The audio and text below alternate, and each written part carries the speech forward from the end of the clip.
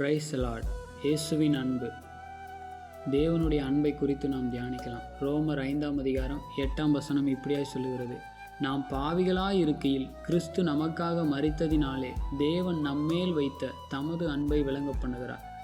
நாம் நல்லவங்களாக இருக்கும்போது ஆண்டவர் மறிக்கலை. நம்ம பாவியாக இருக்கும் பொழுதும் இந்த உலகத்தின் பிடியில் அடிமைப்பட்டு கிடக்கும் பொழுதும் நமக்காக மரித்து ஜீவனை கொடுத்து நம்மளை மீட்டெடுத்திருக்கிறார். நம்ம மேலே எவ்வளோ அன்புள்ள தெய்வம். தேவனுடைய அன்பு அப்படின்னு சொல்லி பார்க்கும் பொழுது உடனே ஞாபகம் வர்றது இளையகுமாரன் தன் தகப்பனிடத்திலிருந்து எல்லா ஆஸ்திகளையும் வாங்கி கொண்டு தூர தேசத்துக்கு போய் வேசிகள் இடத்தில் அவலத்தையும் செலவழித்த பின்பு பன்றிக்கு கிடைக்கிற தவிடு கூட இல்லாதபடி ஒரு நிலைமை வந்தது.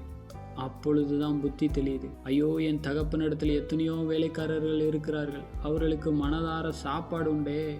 நான் என் தகப்பனிடத்திற்கு போவேன். தகப்பனே, உமக்கு விரோதமாகவும் பரத்துக்கு விரோதமாகவும் நான் பாவம் செய்தேன் என்று சொல்லுவேன் என்று சொல்லி அந்த இடத்திலிருந்து எழுந்து புறப்பட்ட தகப்பனிடத்திற்கு வந்தான். தகப்பன் அவன் தூரத்தில் வருகிறதை கண்டு அவனை கட்டி அணைத்து கொண்டு முத்தம் செய்கிறார். இதே போலதான் இயேசுவினுடைய அன்பு. எத்தனை முறை ஆண்டவருடைய அன்பை விட்டு நாம் பின்வாங்கினோம். ஆண்டவரே, என்னை மன்னியும் என்று சொன்ன உடனே மன்னித்து நம்மளை பிள்ளையாய் ஏற்றுக்கொள்ளுகிற ஒரு அன்பு. எத்தனையோ துன்மார்க்கமான பாவமான இந்த உலகத்தில் அடிமைப்பட்டு கிடந்த நம்மளை இன்னைக்கு மீட்டெடுத்திருக்கிறாரே. இதுதான் தேவனுடைய அன்பு. ஆண்டவருடைய இருதயம் எதிர்பார்க்கிற ஒரே ஒரு காரியம் என்ன தெரியுமா? தேவனுடைய அன்பில் நிலைத்திருக்கிறவன் எவனோ அவன் என் கட்டளைகளை கைக்கொள்வான்.